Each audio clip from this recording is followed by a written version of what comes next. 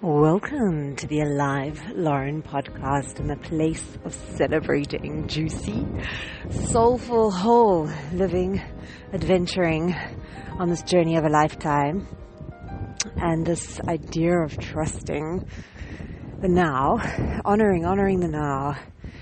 And because so in Living Untethered, Mickey Singer has this example of how every moment is exactly the way it is because of every single other moment that has unfolded prior to it. He gives an example about your great-great-great-great-great-great-grandmother and great-great-great-great-great-great-grandfather, father, and all these events that had to take place exactly as they did, ultimately for them to have come together, which means ultimately for any one of us to have been born. And I'm just really grateful. So recently when I was traveling for work, because there's some areas of, I get that in any moment, what I see or experience of life is just one, even in my life, I see the moment directly in front of me.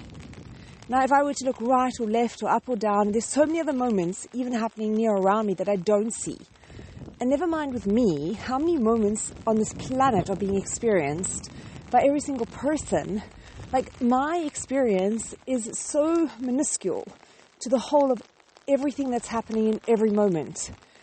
It's just it's really, I don't have enough data. I can't see enough of the picture. It's like this massive tapestry and seeing one stitch of this gigantic tapestry.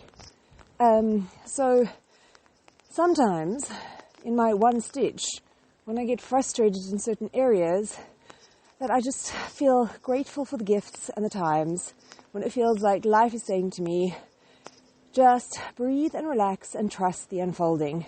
And just acknowledge you can be frustrated, you can be confused, you can be everything. It's okay, but you don't have enough of the picture. You're looking at one thread. It's like taking a massive encyclopedia set and looking at one letter in one word in one volume. I remember when I was growing up, my grandparents had this set of British Britannica. God, I swear they were must have been at least 20 books, 10 on one shelf, 10 on the other, thick.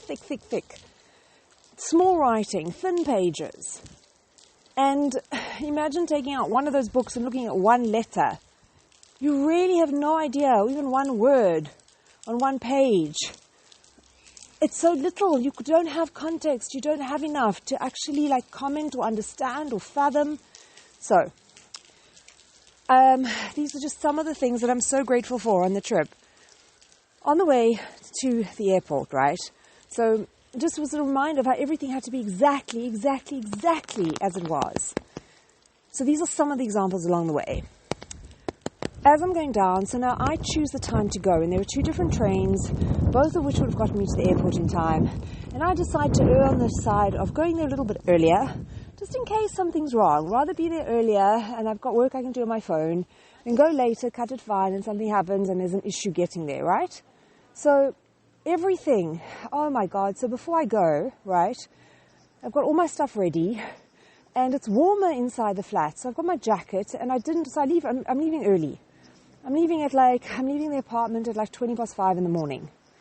And I've got my jacket on my bed, and because it's middle of winter and it's cold, I was going to take a flask with me of warm, hot water. So there I am, I got the flask, and I filled it, it's on the kitchen counter, and I got my jacket. So I go out, and I'm going down the stairs, and I'm hit by the cold, and I realize I had the flask in my hand, right? So the flask is now, I realize I don't have my jacket. So I go back upstairs, and I put the flask down, I go to the room, I put my jacket on, and now I'm realizing I've got even less time to get to the stop with the bus, and I want to be there on time. So now on my exit, I land up leaving the flask.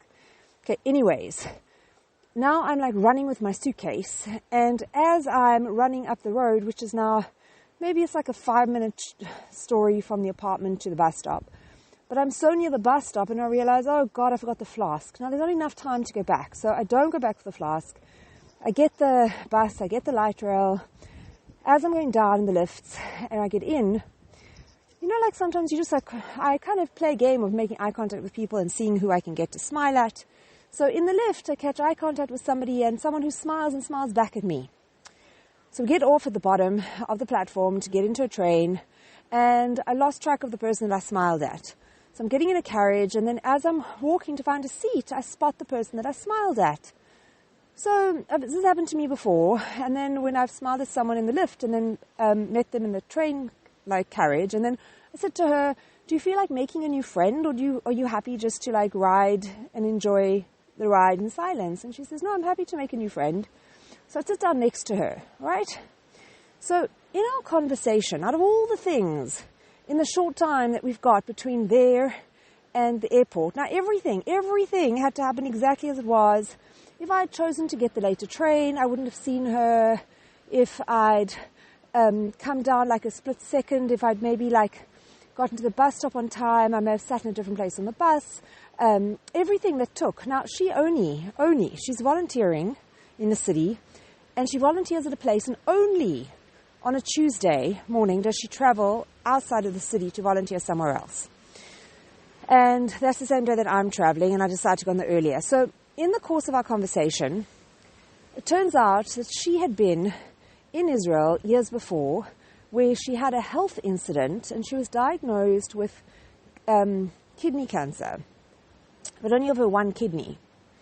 And she had a kidney removed, so she's only got one functional kidney. Now, a while back, I did a sales course where one of the founders of the course, there's a program that runs in Israel where people can volunteer to donate a kidney, because there's a whole lot of evidence about how you can perfectly function, 100% healthy, wonderful, amazing with one kidney.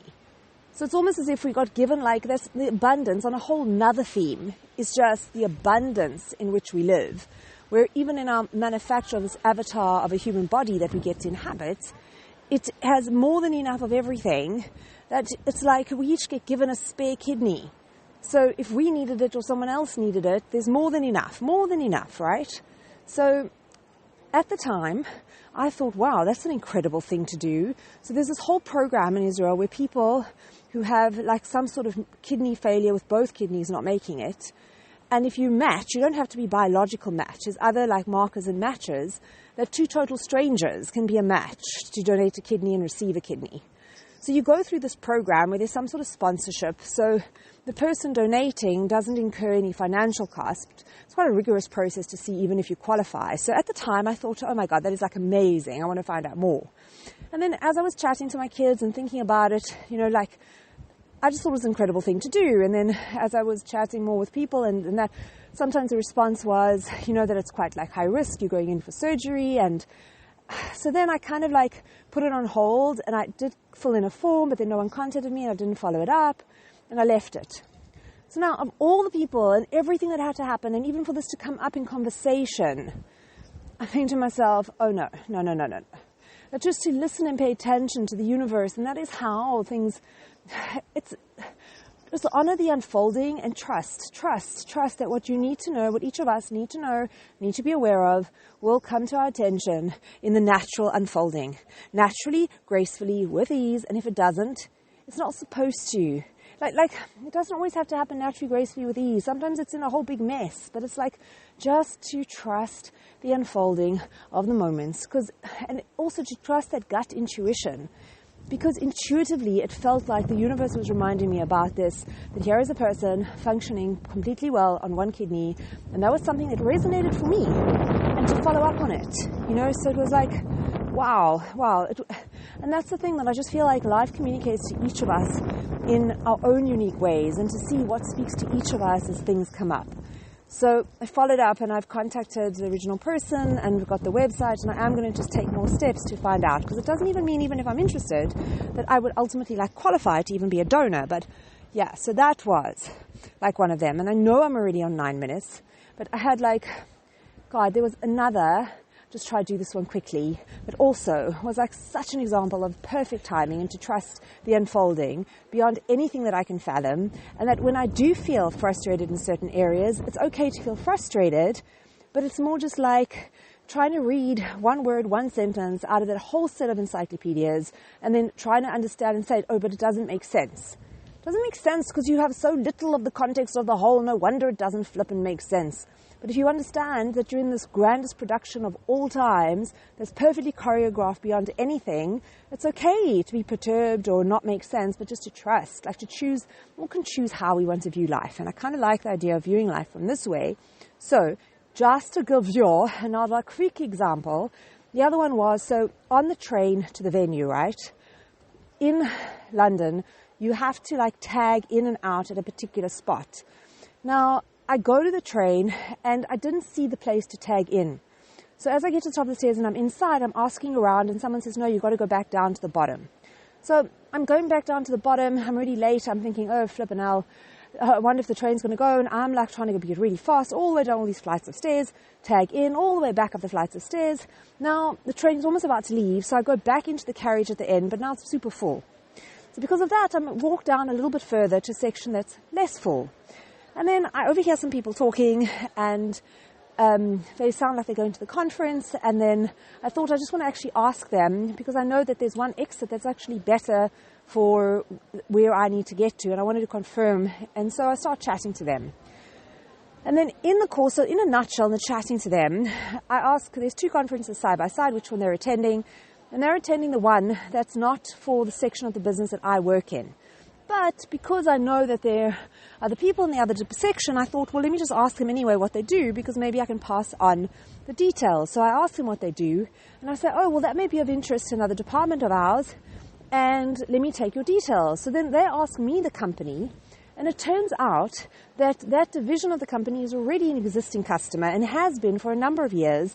And not only that, but the guy has met, I know, we both know the same person. He's traveled to South Africa, met this person, my fellow work colleague, and like everything, the fact that I should meet, I mean, it's happened before when I've met people and asked what they do and see if I can make a connection, and I've never had an incident where someone knows somebody.